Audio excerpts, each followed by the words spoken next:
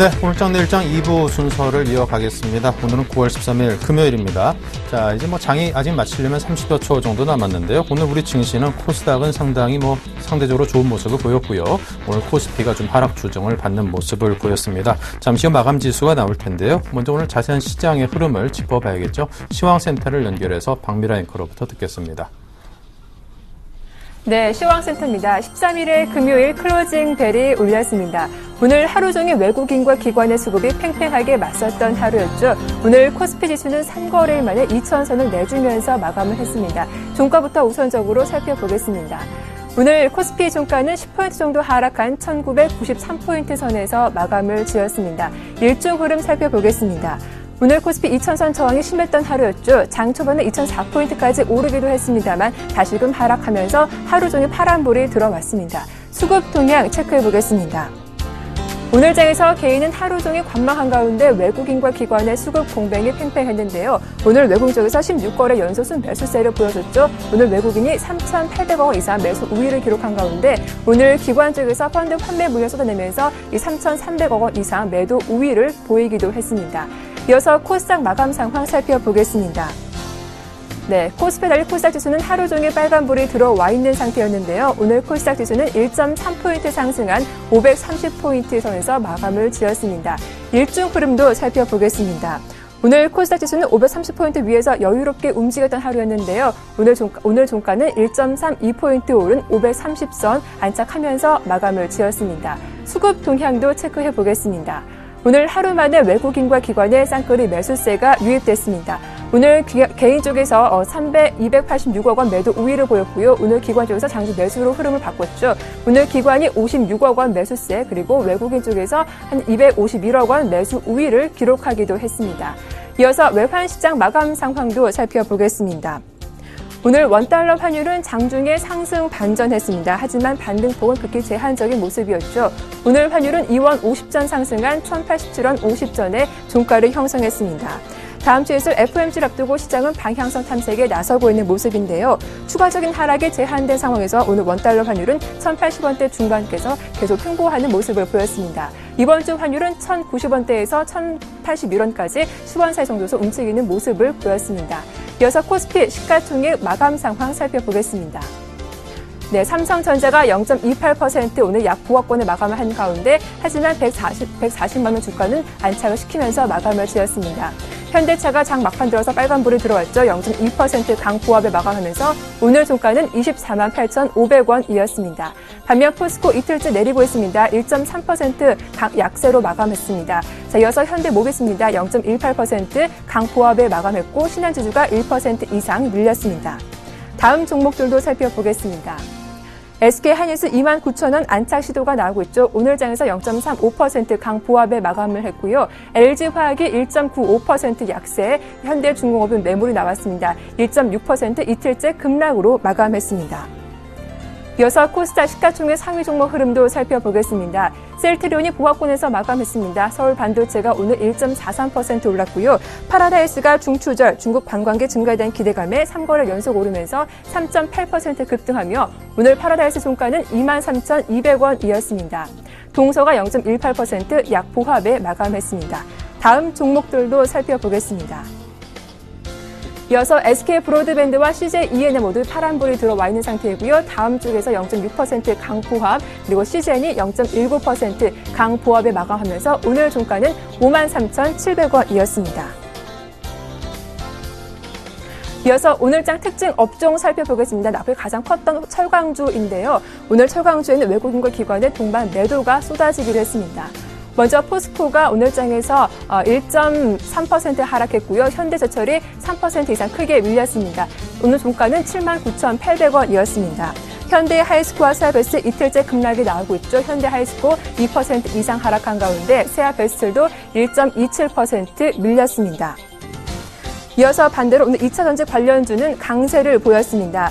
독일 모터쇼에서 세계 완성차 업체들이 앞다퉈 전기차를 선보였기 때문인데요. 삼성 SDI가 1.8% 오른 가운데 일진 머티리얼즈가 4.5% 급등, 그리고 우리산업이 6% 올랐습니다. 코디에스가 상한가 마감했고요. PNT와 성창 오토텍이 4% 이상으로 급등했습니다. 자, 이어서 제사 이동통신 관련주 살펴보겠습니다. 오늘 강세를 이어갔는데요. 정부가 제사 이동통신 사업자에 대한 LTE 서비스 진입을 검토하자 관련주 급등하는 모습이 나왔습니다. KDC가 이틀째 상한가 접어들면서 마감을 했고요. 기산텔레콤 역시 점 상한가에 오늘 장을 마감했습니다. 영호통신이 6% 이상 급등한 가운데 서화정보통신 역시 오늘 상한가로 마감을 지었습니다. 이어서 화장품주 흐름도 살펴보겠습니다. 정부의 화장품 육성책이 알려지면서 화장품 관련주 이틀째 올랐는데요. 코리아나가 0.5% 올랐고 에이블 CNC가 5거래일째 오르면서 오늘 종가는 39,850원이었습니다. 3% 이상 올랐습니다. 이어서 오늘장 특징주 살펴보겠습니다. 게임물이 4분기 실적에 대한 전망이 나오면서 오늘장에서 5% 이상 급등세로 마감을 지었습니다. 주가는 4거래 연속 상승하는 흐름이 이어졌고요. 오늘 종가는 5.7% 오른 63,000원을 기록했습니다. 자, 이어서 아시아나항공 살펴볼 텐데요. 아시아나항공의 금호가 경영권 분쟁과 M&A 기대감에 상승하는 흐름이 나왔습니다. 오늘 아시아나항공 종가는 7.9% 오르면서 오늘 종가 5,190원을 기록했습니다. 지금까지 시황센터였습니다.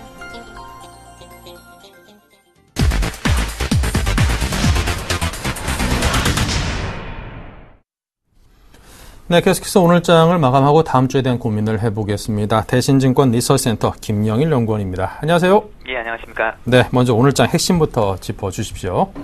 예, 금일 코스피는 9.74포인트 하락한 1994.32포인트로 하락 마감을 했습니다. 이번 주에 코스피는 2% 상승을 하면서 일시적으로 2,000포인트를 상회하게 됐었는데요. 단기적으로 좀 가격 상승에 대한 부담이 있다 보니까 이런 부분들에서 다소 이제 가격 조정이 좀 진행이 되고 있는 모습들을 금일 보였습니다. 하지만 전체적으로 외국인들의 순매수 기조가 좀 지속이 되고 있다는 점에서 상승 추세는 조금 더 지속이 될 가능성이 높다는 생각입니다. 네. 자, 그렇다면 다음 주 거래일은 며칠 없습니다. 이틀밖에 없는데요. 전망과 전략을 세우신다면요?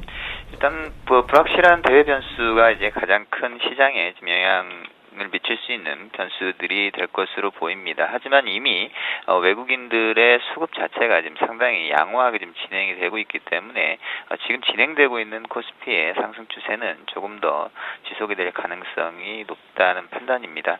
미국 9월 FOMC가 17일과 18일에 지금 예정이 돼 있는 상태이고요.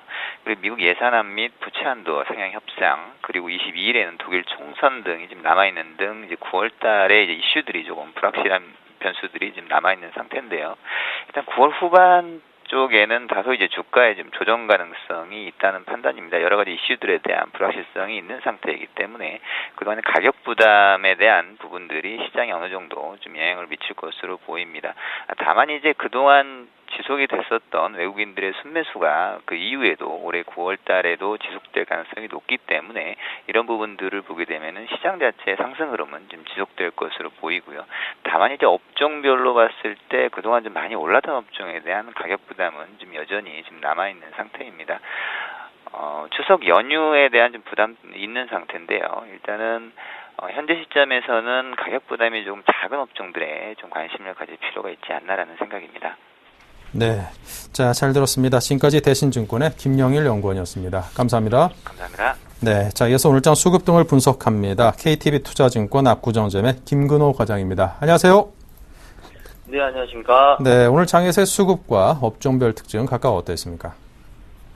네, 일단 장수급 외국인 같은 경우에 이 만기일 이후도 매수 기조를 좀 꾸준하게 유지해가는 모습, 이 부분에 좀 주목을 해볼 수 있다라는 말씀을 좀 드리는데, 사실 만기일 이후에 외국인의 매수 기조가 과연 유지가 될 수 있을까, 이런 부분을 계속적으로 좀 고민을 해야 된다라는 말씀을 제가 드렸었던 것 같은데, 일단 오늘까지는 외국인의 매수 기조가 좀 이어졌습니다. 그러나 분명히 어느 한 변곡점으로 인해서 외국인의 수급이 좀 쉬어가는 부분이 나타날 때가 바로 국내 증시의 어떤 지수상으로의 좀 조정세 나올 수 있는 변곡점이 되지 않을까라는 판단을 좀 하고 싶고요.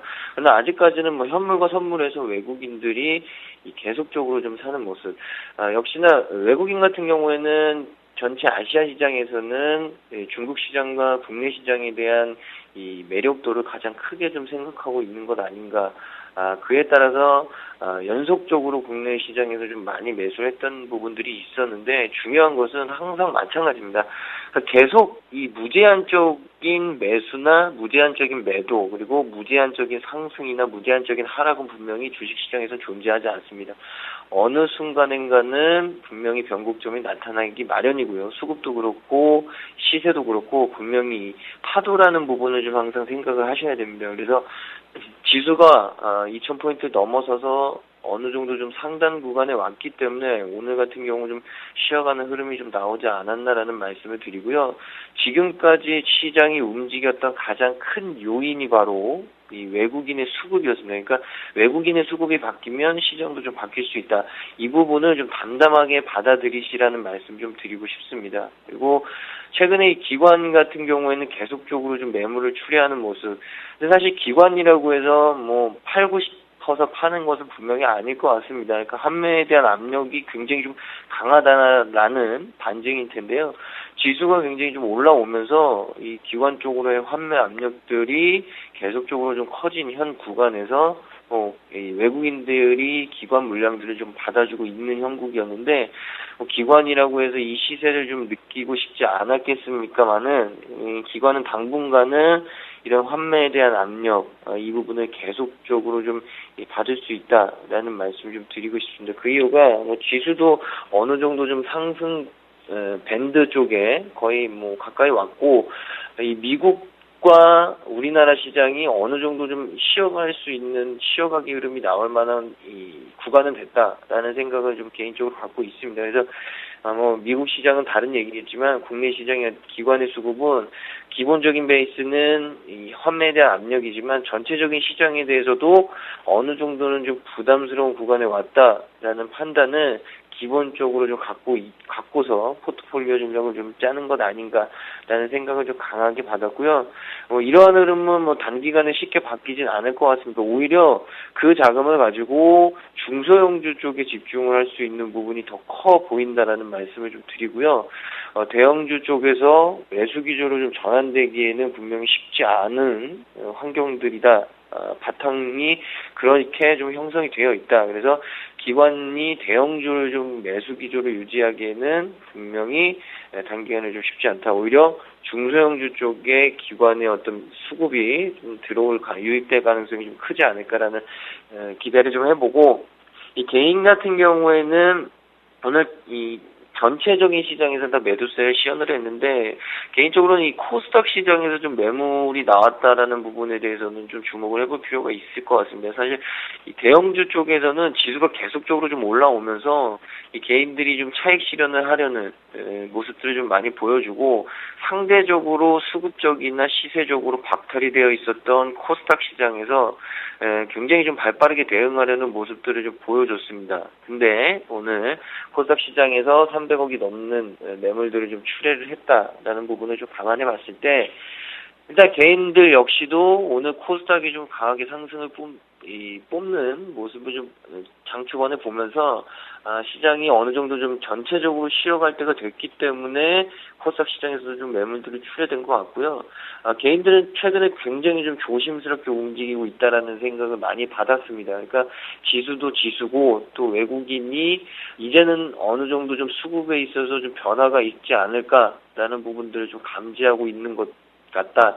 이런 부분들이 수급으로 좀 이어지고 있는 거 아닌가라는 말씀을 좀 드리고 뭐 중소형 시장에서 개인들이 오늘 매물을 출회했는데 저 개인적으로는 오히려 지금 상황이 이 코스닥 시장이 조금 더 상승 쪽으로 움직일 수 있는 어떤 이 무게감이 더 실리지 않았나 싶습니다. 그래서 개인들의 물량을 외국인과 기관이 받았는데 오히려 이 코스닥 시장에서 조금 더 긍정적인 상승 흐름을 기대해 볼 수 있는 어떤 수급 흐름으로 좀 전개가 되는 건 아닌가라는 말씀 좀 드리겠습니다. 그리고 이 업종별 특징을 좀 말씀드리면 오늘 전기가스 업종이 전체적으로 좀 상승이 나왔습니다. 근데 중요한 게 최근에 이 전기가스 업종이 시장의 중심은 아니었지만 굉장히 좀 잘 버티고 잘 올라왔습니다. 그러니까 뭐 여러 가지 이슈들도 있고 뭐 한국전력 뭐 전기요금 뭐 단가 인상 그리고 뭐 전력 대란 이런 부분들 전력 수급이 불안해진다 이런 부분들이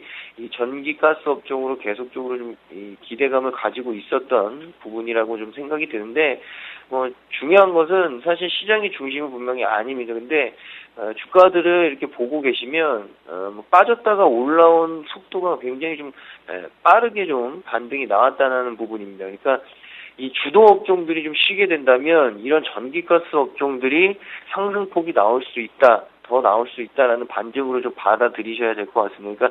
그러니까 뭐 외국인도 그렇고 기관도 그렇겠지만 지금까지 많이 올라온 종목을 새로 포트폴리오에 편입하기에는 분명히 부담감들이 있을 겁니다. 그러면 상대적으로 못 오른 종목이나 업종을 봐야 되는데 이 전기가스 업종 같은 경우에는 주가도 굉장히 잘 버텼고 시장의 주도 업종은 아니었지만 그래도 충분히 이 주가의 퍼포먼스를 낼 수 있는 이 실적이나 모멘텀들이 좀 형성된 업종 중에 하나가 이 전기가스 업종이 아닐까라는 말씀을 좀 드리고 싶습니다. 그래서 이 전기가스 업종은 좀 볼 필요가 있지 않을까라는 말씀을 드리고 이 중소형 시장에서는 이 콘텐츠 업체들의 반등세가 굉장히 좀 잘 시연되고 있는 것 아닌가. 뭐 작게는 엔터테인먼트 업종, 레저 업종, 그리고 이 콘텐츠 업종, 미디어 업종 이런 업종들이 있을 텐데 이 레저, 엔터, 미디어 업종들 이 세 업종이 모두 최근에 좀 반등세가 나오고 있다라는 부분을 좀 강조드리고 싶습니다. 그러니까 뭐 많이 빠지기도 많이 빠졌지만 이 하반기 전체적으로 이 콘텐츠 업종 업체들이 이 실적에 대한 개선 이 부분이 굉장히 좀 많이 기대가 되고 있습니다. 그래서 3분기, 4분기의 실적에 대한 반영들 이런 부분들이 주가로 계속적으로 좀 영향을 미치고 있는 것 아닌가라는 말씀을 좀 드리고요. 뭐 또 한 가지 콘텐츠 업체에 추가를 시키면 이 게임 업종 같은 경우에도 최근에 좀 몇 거래일 동안 반등세가 좀 나오고 있는데 물론 이 코스닥 시장에서 대장 업종은 개인적으로는 바이오 업종이 될 것 같다라는 말씀을 드리는데 이 광희의 콘텐츠 업종은 세컨 티어로서 전혀 손색이 없는 업종이 되지 않을까라는 말씀을 좀 드리고 싶습니다. 그래서 이 콘텐츠 업종은 그러니까 뭐 세분화되면 엔터, 레저 그리고 이 미디어 업종, 게임 업종 이 네 가지 업종은 당분간은 좀 포트폴리오에 편입을 해보셔도 크게 뭐 다치지 않으시는 뭐 만족스러운 결과를 얻으실 수 있는 업종이 되지 않을까라는 말씀 드리고요. 이 통신장비 업체들이 또 몇 거래일 동안 좀 상승폭이 나오고 있습니다. 뭐 대표적으로 다산네트웍스, 솔리드 이런 회사들이 있는데 사실 통신장비 업체들이 밸류에이션상으로 그렇게 많이 이 부여를 받던 프리미엄을 받던 업체는 아닙니다. 근데 중요한 게 최근에 이 북미 지역으로의 판매 활로를 좀 계속 뚫으면서 수출 활로를 뚫으면서 이제는 좀 프리미엄을 줘도 되지 않나라는 부분들이 시장에서 어느 정도 좀 용인되기 시작했습니다. 그러니까 기본적으로 뭐 숫자도 어느 정도 좀 잘 나오던 이 업종이었고 중요한 것은 거기다가 수출 프리미엄까지 붙었다라는 말씀을 좀 드리고 싶습니다. 그래서 실적이 어느 정도 받쳐져 있는 현 상황 속에서 충분히 재상승할 수 있는 흐름이 나올 수 있다라는 말씀 드리겠습니다. 네. 자, 그렇다면 이제 이슈와 함께 등락을 좀 나타냈던 특징적인 종목들이라면 어떤 것들이 있었는지 종목 세 가지 꼽아주십시오. 네, 뭐 제닉, SM, 코스모학에 대해서 좀 말씀을 드릴 텐데 제닉 같은 경우에는 최근에 이 화장품 업체들이 중국발 기대감으로 인해서 재차 올라오기 시작했습니다. 그러니까 중국 소비와 관련된 업체들은 당분간은 좀 갈 가능성이 더 있다라는 말씀드리고 이 제닉도 정부의 이 화장품 업종에 대해서 정책적인 어떤 지원, 이런 강한 드라이브 이런 부분들이 뭐 제닉을 비롯한 화장품 업체들 어떤 이 주가를 좀 끌어올리는 가장 큰 요인으로 좀 작용을 했던 것 같고요. 역시나 이 중국에 대한 모멘텀, 중국이 경기 회복이 되면서 중국의 소비와 관련된 업종들이 좋은 퍼포먼스를 내고 있는 상황이다라는 말씀드리고, 뭐 차트상으로는 일단 매물벽은 좀 있지만 뭐 긍정적인 이 주가 흐름은 조금 더 이어질 수 있을 것 같다라는 말씀으로 좀 결론을 드리고요. 두 번째 종목이 SM인데 사실 SM 같은 경우 뭐 개인 투자자분들을 웃게 만들어줬던 적도 있었고 또 최근에 또 울게 만들어줬던 적도 있었는데 일단 하반기에 대한 실적 개선 기대감 이 부분이 SM의 최근 주가 상승을 좀 주도하고 있는 것 같습니다. 일단 뭐 4분기로 갈수록 이 영업이익의 이 개선 이런 부분들이 어느 정도 좀 시장에서 받아들여지고 있는 것 같고요. 차트상으로도 일단 바닥권에서 아직 반등세가 크게 나오진 않은 구간입니다. 따라서 상승폭은 좀 지속적으로도 나올 가능성이 있다라는 말씀드리고, 이 보조지표상으로도 과매도 구간에서 어느 정도 회복은 됐지만 아직까지 그 상승폭이 이렇게 많이 나온 것은 아니기 때문에 이 SN 같은 경우에는 조금 더 추가 상승할 수 있는 어떤 흐름에 있지 않나라는 말씀을 드리고, 이 마지막으로 이 코스모화학인데요. 오늘 이 중대형 2차 전지와 관련돼서 2차 전지와 관련된 종목들이 일제히 좀 상승하는 모습을 좀 보여줬습니다. 그런데 그 중에서 가장 좀 마지막까지 좀 강했던 종목이 어떤 종목이냐, 이 코스모화학인데요. 이 중대형 2차 전지 쪽에서 굉장히 좀 개화기가 도래한다, 이런 부분들이 전체적인 2차 전지 관련주들을 좀 끌어올리는 모습, 그리고 이 코스모화학 같은 경우에는 12,000원대 고점 이후에 좀 조정을 받는 모습을 보여줬는데 일단 바닥권에서 좀 올라왔습니다. 근데 오늘 양봉이 터졌고, 그래도 거래량도 많이는 안 실렸지만 그래도 어느 정도는 좀 실리는 거래량을 좀 보여줬습니다. 그래서 개인적으로는 오늘 반등이 좀 변곡점이 될 가능성이 보인다. 그러니까 어느 정도는 이제 시세가 좀, 상승 시세가 좀 나올 수 있는 자리가 오늘 나오지 않았나라는 말씀을 좀 드리고 싶습니다. 그래서 코스모화학을 비롯한 2차 전지 업체들이 다시금 한번 좀 모멘텀을 형성할 가능성이 있지 않을까, 이런 부분도 추가로 말씀을 드리겠습니다. 네, 알겠습니다. 자, 오늘장 특징주까지 들어봤습니다. 지금까지 김근호 과장의 도움 말씀이었습니다. 감사합니다. 네, 감사합니다.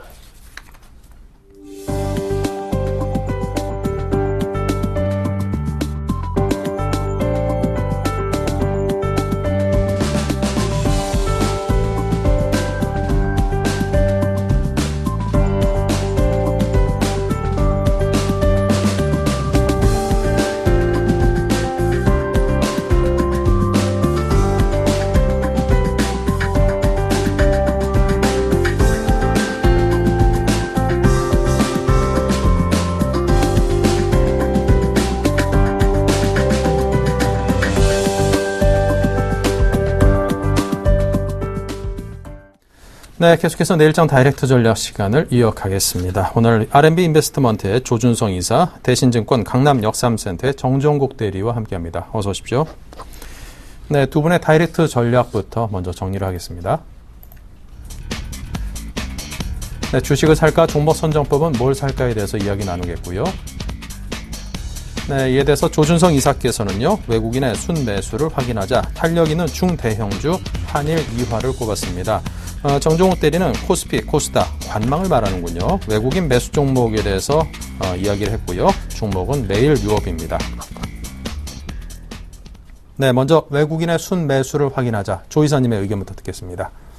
네, 이번 주 같은 경우는 어제 이제 선물 옵션 만기가 이제 큰 이벤트가 있어서 우리나라로 치면 선물 옵션 만기가 큰 이벤트였죠. 왜냐하면은 지금 1800에서 이제 2000포인트를 구경하는 그 물량들이 이번 9월말을 겨냥해서 어떤 약간 느낌들이 많습니다. 제가 지난주 금요일 날도 1950선에서 양매수 쪽으로 풋옵션, 콜옵션 양쪽으로 들어가게 되면은 한쪽은 2배 이상 터진다고 그럴 가능성이 많다고 했는데 어제 보셨겠지만 6배, 7배 정도 260 정도 해가지고 위아래 해가지고 터졌는데 양매수 같은 경우도 이렇게 올라가도 무난하고 저렇게 조정받아도 무난할 때는 그다음 만기주로 이제 그 주 이제 한 4, 5일 남겨놓고 이제 시작을 해보는 거죠.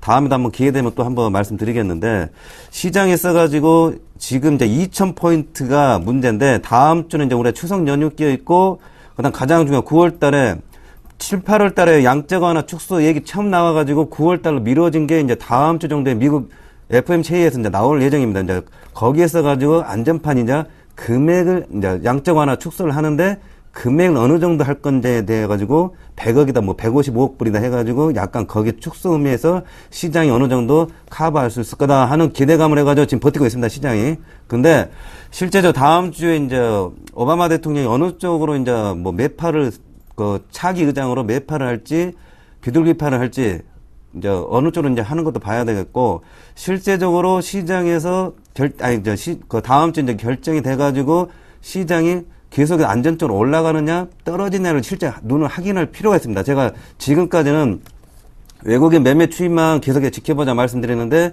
다음 주에는 확인을 해야 될 게 실제적으로 발표가 돼가지고 시장이 반응이 위쪽이냐 아래쪽이냐를 봐가지고 행동을 해야 됩니다. 아래쪽으로 가게 되면은 좀 조심해야겠죠. 자, 이번 주까지는 빠지면 빠진 대로 계속 이제 들어가는 쪽, 올라가는 쪽으로 외국인 매수가 있기 때문에 들어가는 쪽으로 해야 된다 말씀을 드렸는데 다음 주는 빠지게 되면 좀 약간 매수보다는 좀 관망이 좀 필요하겠죠. 확인이 필요합니다. 그리고 지수대가 높습니다. 그렇기 때문에 다음 주는 이제 조심해서 이제 그러한 것들을 지켜보면서 또 투자 판단을 해야 되지 않을까 그 말씀 드리겠고 시장에 써가지고 지금 2,000포인트를 구경 못할 줄 알았는데 이번 달에 어떻게 그냥 추석 보너스 기념을 해가지고 올라온 것 같습니다. 거기에 써가지고 차트 보여드리면은 종합주가지 써가지고 지금 보시는 게 월봉입니다. 월봉. 보시게 되면은 지난번에 제가 마우스를 움직이는 게 있는데 한번 크게 음봉 낸 다음에 이게 1,800 살짝 깨졌었죠. 그리고 양봉 3개, 4개 들어왔는데 약간 그 모습이 나오는데 약간 틀린 게 그때 당시는 요 선들이 받침대가 돼가지고 받치해줬는데 이번 달에 이제 이동평선 뚫고 올라온 겁니다. 이게 상당히 못 뚫을 걸 생각해가지고 보수적으로 봤는데 일단 외국인 순매수로 올라왔는데 잘 보실 게 제가 선을 한번 그어보겠습니다. 지금 1990 요 선 기준에 가서 2,000포인트죠. 데드라인입니다. 데드라인. 2012년도 가면 두드러 맞고 2012년도에서 아무 때는 이제 12월 물이기 때문에 선물 여기다 매도 치고 지나가고 나보면은 한 10포인트, 20포인트 먹여주는 자리가 2,000포인트입니다. 2,000포인트. 2012년, 2013년. 그러니까 선물 12월 물 같은 경우도 여유가 있죠. 근데 그런 모험을 하기는 조금 이제 먹어둔 사람이 많으면 이제 모험도 해볼 수 있는데 지금 여태 과거 행적을 보게 되면은 요 선 넘기가 굉장히 벅찼다는 겁니다. 그래서 여기서부터는 이제 미국 시장이라든지 외국인 매매 추이라든지 이런 거 잘 보자는 건데 외국인 매매가 지금 한 달간 들어온 금액이 한 8조 됩니다. 8조. 상당히 많이 들어왔는데 옛날에도 한 10조 부근까지는 단기간에 상당히 많이 들어온 적이 있습니다. 이게 10조가 이제 어느 정도 차진 느낌이 이제 들기 때문에 2,000포인트 수많은 이제 매물이 이제 많이 나올 겁니다. 거기에 써가지고 아까 앞에 말씀드렸듯이 거기 다음 주 발표해가지고 미국 시장 방향을 봐야 되고 나스닥을 또 잘 봐야 됩니다. 나스닥이 신고가가 나왔는데 나스닥 방향을 통해 가지고 이제 장세를 시장 쪽이 코스피로 갈지 코스닥으로 갈지 요것도 좀 생각을 해봐야 되는데 요거는 그 다음 순에 다시 말씀을 드리겠습니다. 네. 자, 다음은 정종욱 대리님 코스피 코스닥 관망을 말씀하십니다. 네, 일단 코스피 시장 지금 외국인 계속 순매수 나오면서 너무 좋은 시장 계속 이어가고 있는데요. 일단 가장 큰 문제가 저희 추석 기간 동안에 지금 FOMC 의회가 열린다는 게 어떻게 보면 좀 가장 큰 리스크 아닌 리스크라고 할 수 있는데요. 일단 거기서 양적 완화 축소에 대한 언급이 어떻게 나오냐에 따라서 글로벌 증시 자체가 좀 움직임이 있을 것 같습니다. 그전부터 양적 완화 축소에 대한 이야기는 계속해서 나왔는데 이번에 관심이 고조되고 있는 부분들도 있고 실질적으로 양적 완화를 진짜로 시행하게 되면 우리나라 증시가 그날은 연휴이기 때문에 시기 때문에 어떻게 대응할 수 없는 방법들이 있기 때문에 일단 시장 자체는 좀 관망하시되 너무 두려움에 떨 필요는 없을 걸로 좀 봐지고 있습니다. 지금 하반기부터 들어서 지금 우리나라 증시에서 지금 외국인이 거의 5조 가까운 그런 순매수 기조를 계속 이어가고 있고 2,000포인트까지 단 한숨에 올려버리는 그런 놀라운 그런 지수 상승률을 좀 보여주고 있는데요. 일단 지금 2,000포인트대에서 주가가 좀 지지부진하고 그 전에도 계속해서 2,000대에서 계속해서 좀 막히면서 좀 못 올라가는 부분들이 있었는데 그 부분들은 2,000포인트는 대부분의 투자자들이 심리적으로 좀 꼭대기라는 좀 더 이상 올라가기 힘들 거라는 그런 생각 때문에 펀드 환매 물량들이 좀 많이 나오고 있습니다. 지금 투신 쪽에서 지금 계속해서 물량이 나오고 있는데 지금 11일 동안 펀드 순 유출 금액이 거의 1조 4천억 정도 된다고 하는데 그 정도의 물량이 나옴에도 불구하고 그 물량들을 전부 외국인들이 소화하면서 지금 주가 지수가 2,000포인트 근처에서 계속 움직이고 있는데요. 일단 그전에도 계속해서 말씀드렸다시피 지금 외국인들이 계속해서 매수를 이어가고 있는 상황에서 3천억 그 이상의 매도 물량이 나오지 않는 이상은 우리나라 시장을 너무 부정적으로 안 좋게 볼 필요는 없을 것 같고요. 외국인들이 계속해서 관심 있고 계속해서 순매수를 이어가고 또 원달러 환율이 크게 약세로 이렇게 전환되지 않는 이상은 우리나라 시장에 대한 불안감 이런 것들보다는 긍정적인 희망을 좀 가지고 가면 좋을 것 같고요. 추석 전에 좀 현금화 조금 일부 시켜놓고요. 전부 다 매도할 필요는 없고 일부 정도만 뭐 현금화 시켜놓고 추석 이후에 새롭게 시작되는 그 장에서 뭐 FOMC가 어떻게 열린지 확인한 다음에 그 나머지 금액 가지고 적절하게 대응한다 그러면 좀 좋은 수익률 낼 수 있을 거라고 생각합니다. 네, 자 다음은 종목 선정법입니다. 조 이사님. 일단 앞에도만 종합주까지 코스피냐 코스닥이나 이런 좀 약간 고민을 좀 해볼 시기가 이제 다음 주 같습니다. 왜 그러냐면은 종합주가지수 앞에 보여드리듯이 벅차입니다. 벅차. 그리고 지금 딱 오늘 종가가 5일선입니다. 이제 밀리면 5일선 살짝 깨지는 약간의 그 단기 조정의 모습을 보일 수가 있겠죠. 근데 코스닥 같은 경우는 지금 여태 지금 기관이나 외국인의 어떤 매도에 해가지고 특히 외국인은 좀 덜해졌는데 외국인이 덜해졌고 오늘부로 해가지고 약간 수급이 어느 정도 약간 매수 쪽으로 돌아서려는 신호가 시그널이 살짝 나왔습니다. 그러면서 종목별로 이제 좀 바닥권에서 좀 세팅해가지고 들어 올리는 게 이제 신호가 나왔죠. 메디포스트 상한가로 날리고, 메디포스트나 뭐, 게임빌, SM, 컴투스, 뭐 이런 종목들이 고점 대비 아주 많이 망가졌어요. 많이 망가져가지고, 단기적으로 뭐, 삼성중공업 옛날 초창기, 이번 그 상반기에 삼성중공업 뭐, 3만원에서 4만원 게임식으로, 뭐, 2만원, 3만원 이런 식의 어떤 게임이 코스닥이 이런 중대형주로 해가지고 나올 가능성이 좀 있지 않을까. 시장이 이제 움찔움찔 할 때, 수급에 있어가지고, 지난주 같이 수급 계속 코스닥 매도하는 그런 양상에서 어느 정도 수급이 이제 어느 정도 풀렸다 하면은 요쪽을 좀 갖고 놀 가능성이 많습니다. 그렇기 때문에, 대형주에 있어가지고는 예를 들어 삼성중공업이 오늘 조금 조정받았는데, 차트 이제 보여드리면서 말씀드리겠는데, 삼성중공업, 만약에 이제 여기 이제 밀려가지고 많이 올라왔죠. 한번 오버슈트 나왔죠. 근데 이제 요거는 이제 4만원 기준 해가지고 찍어드리면은 4만원 언저리, 뭐 39,000원, 38,000원 매수 구간이 되겠죠. 봐가지고 다음 주에 제 앞에 말씀 다우지수가 미국 시장이 FOMC 회의 이후에 해가지고 하락적이냐, 그냥 그런 대로 안정적이냐를 잘 봐가지고 가격이 이런 가격대 들어온다. 근데 하락적이면은 4만 뭐 2,000원이 뭐 땡이겠죠. 4만 2, 3,000원 가는 게 벅차겠지만 요런 가격대가 이제 단기적으로 움직여 볼 수가 있죠.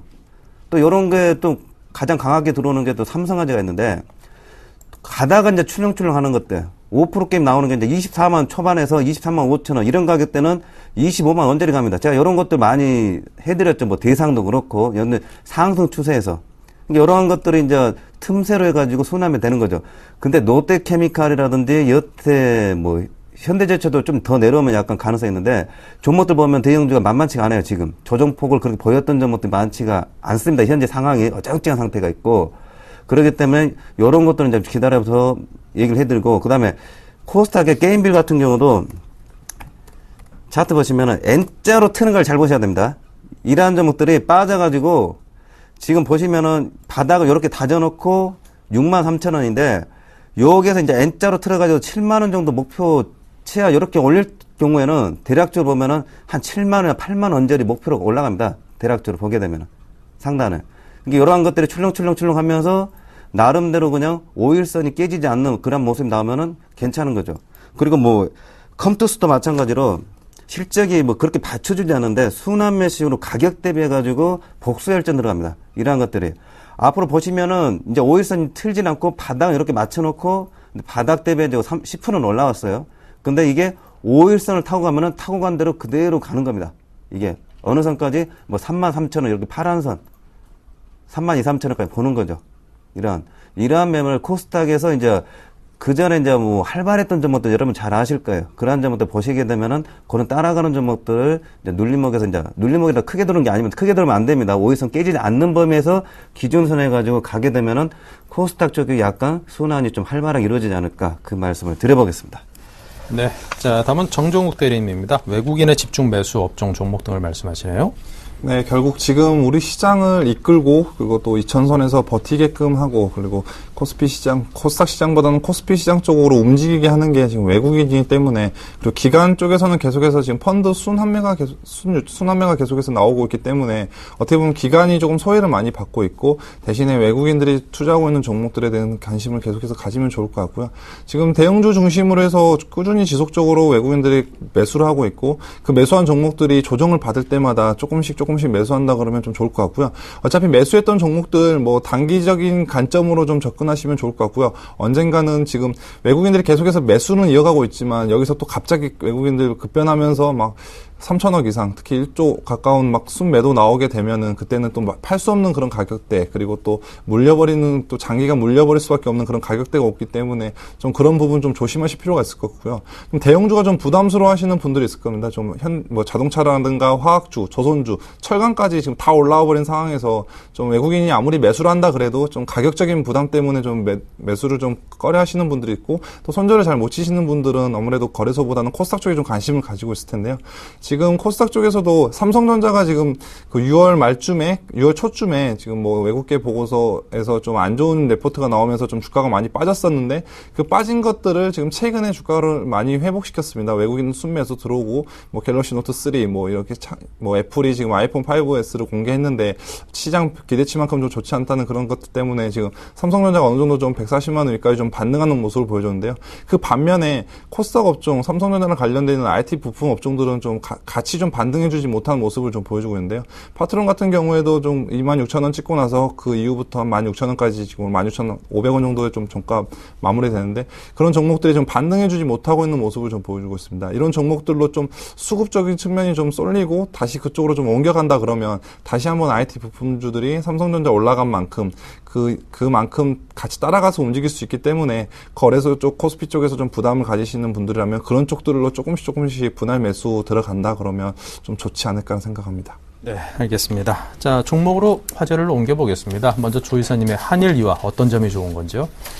일단 한일유화 시가총액이 7천억짜리인데 오늘 좀 약간 소폭 조정을 좀 많이 보였습니다. 많이 보였는데, 요런 종목들은 이제 순환매식으로, 특히 한일유화 같은 경우는 실적이 지난번에 2분기 실적이 어마어마하게 나왔어요. 한 700억 정도 나왔는데 2분기 갖고도 시가총액 퍼를 10으로 만들 정도로 우량 그 호실적을 보입니다. 특히 중국 쪽 법인들이 자동차 있어가지고도 중국 쪽에 있는 우리나라 관련된 회사도 괜찮습니다. 중국 시장은 괜찮습니다.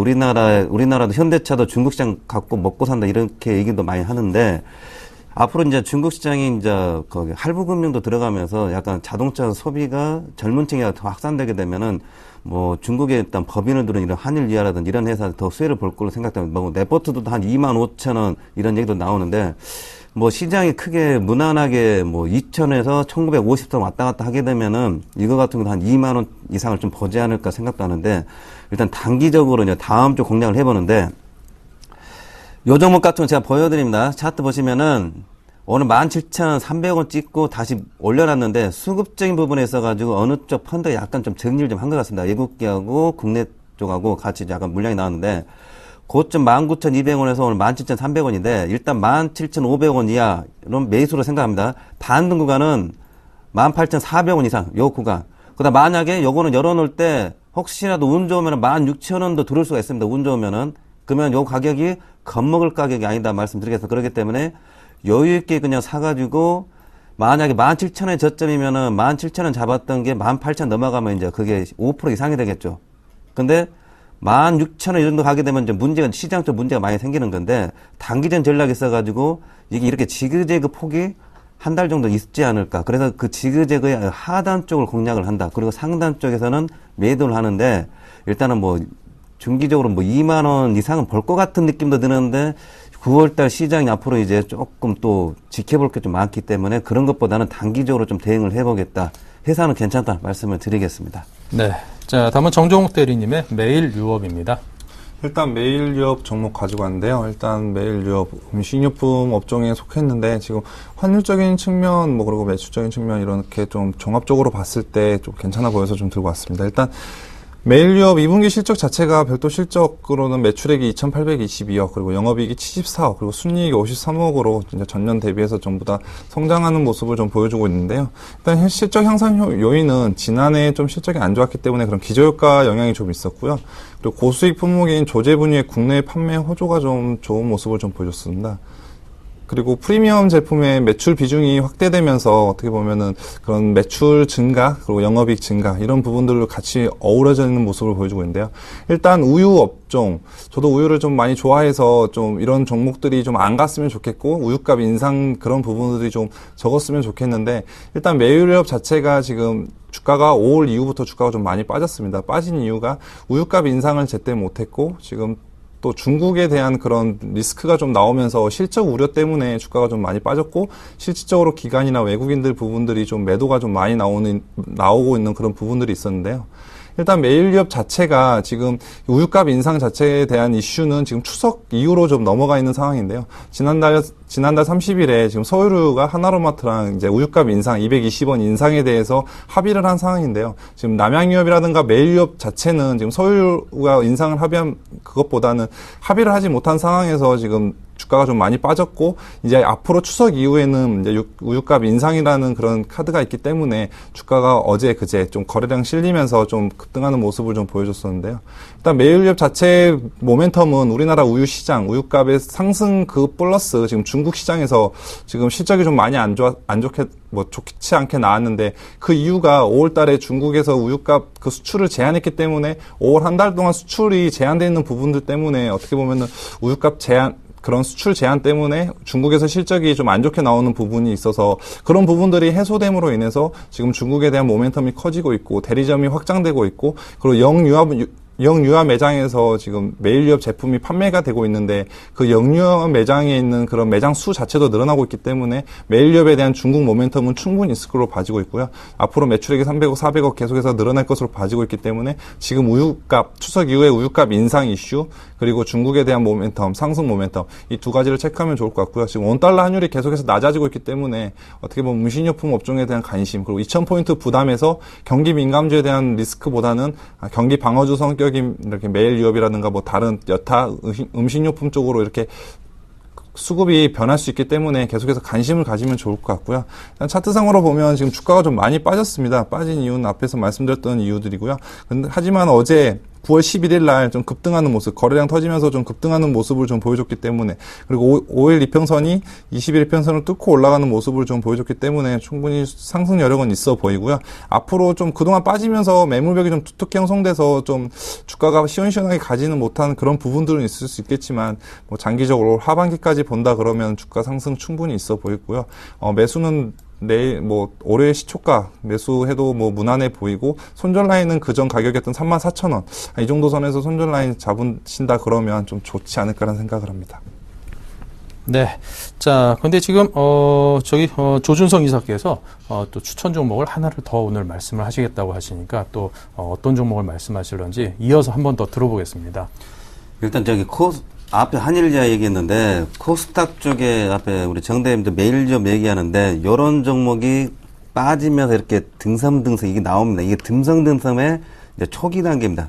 이거를 이제 다음 이제 9월달 한번 생각을 해보는데 종목에 써가지고 코텍이라는 게 있어요. 옛날에 제가 코텍 얘기해가지고 요즘 최근에 많이 조정을 봤는데 차트 보시게 되면은 장타로 해가지고는 길게 봐야겠죠. 18,000 돌파할지 요거는 이제 시장 여건이고 단기적으로는 요런 종목들이 찍어서 보여드리면은 15,500원에서 이하 14,000 여유 있게 잡니다. 이거 두 칸 잡습니다. 그럼 2로도 17,000원까지 보입니다. 이게 요런 게임들이 이제 앞으로 진행될 가능성이 많습니다. 종목이 코스닥 해가지고 이렇게 어느 정도 이제 고점 대비해가지고 흘러가지고 이렇게 올라올 가능성이 많죠. 시장에서 가지고 퍼 보시게 되면 2,000억 해가지고 퍼가 10밖에 안 돼요.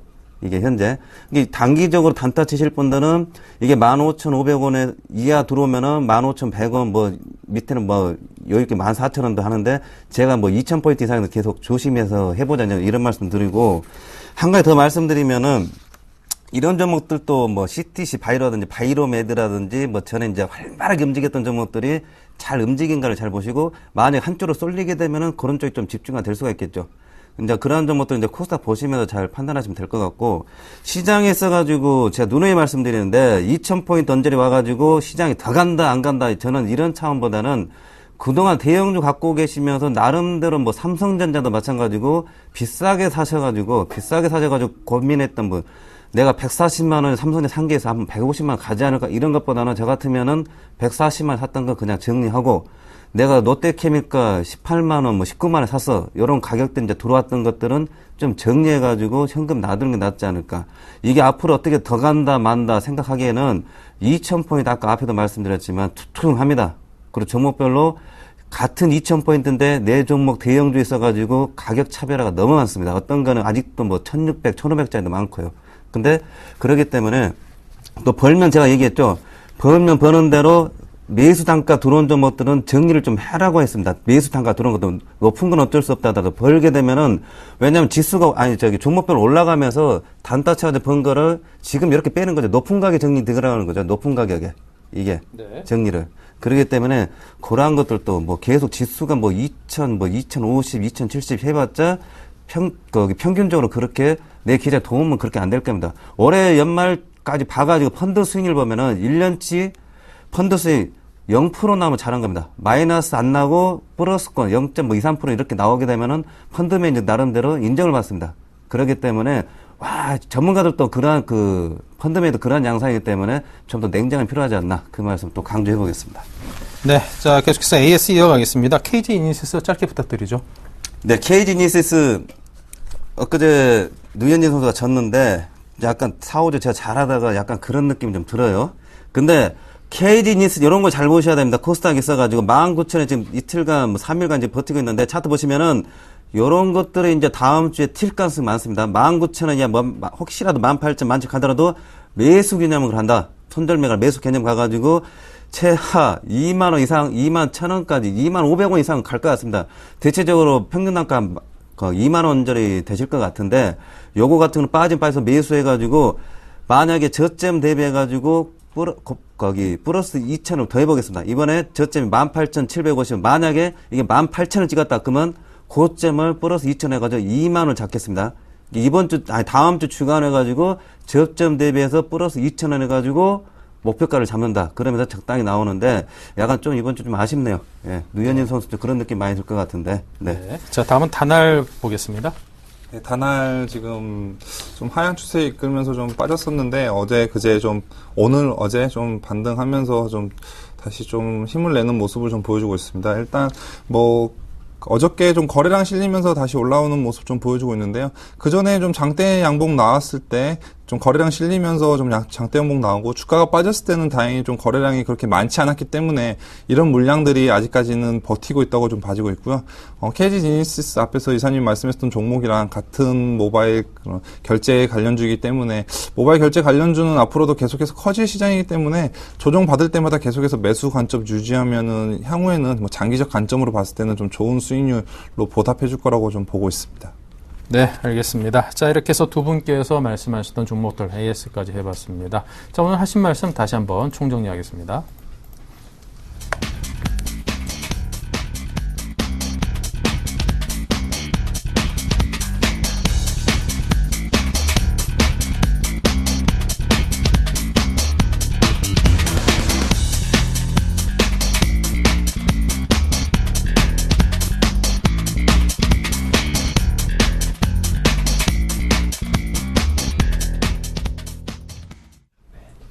네, 자, 지금까지 조준성, 정정국 두 분의 전문가와 함께했습니다. 감사합니다. 네, 오늘 장 내일장 1, 2부 여기서 모두 마치고 이제 한 주도 마무리했습니다. 다음 주 또 건강한 얼굴로 월요일 날 뵙겠습니다. 감사합니다.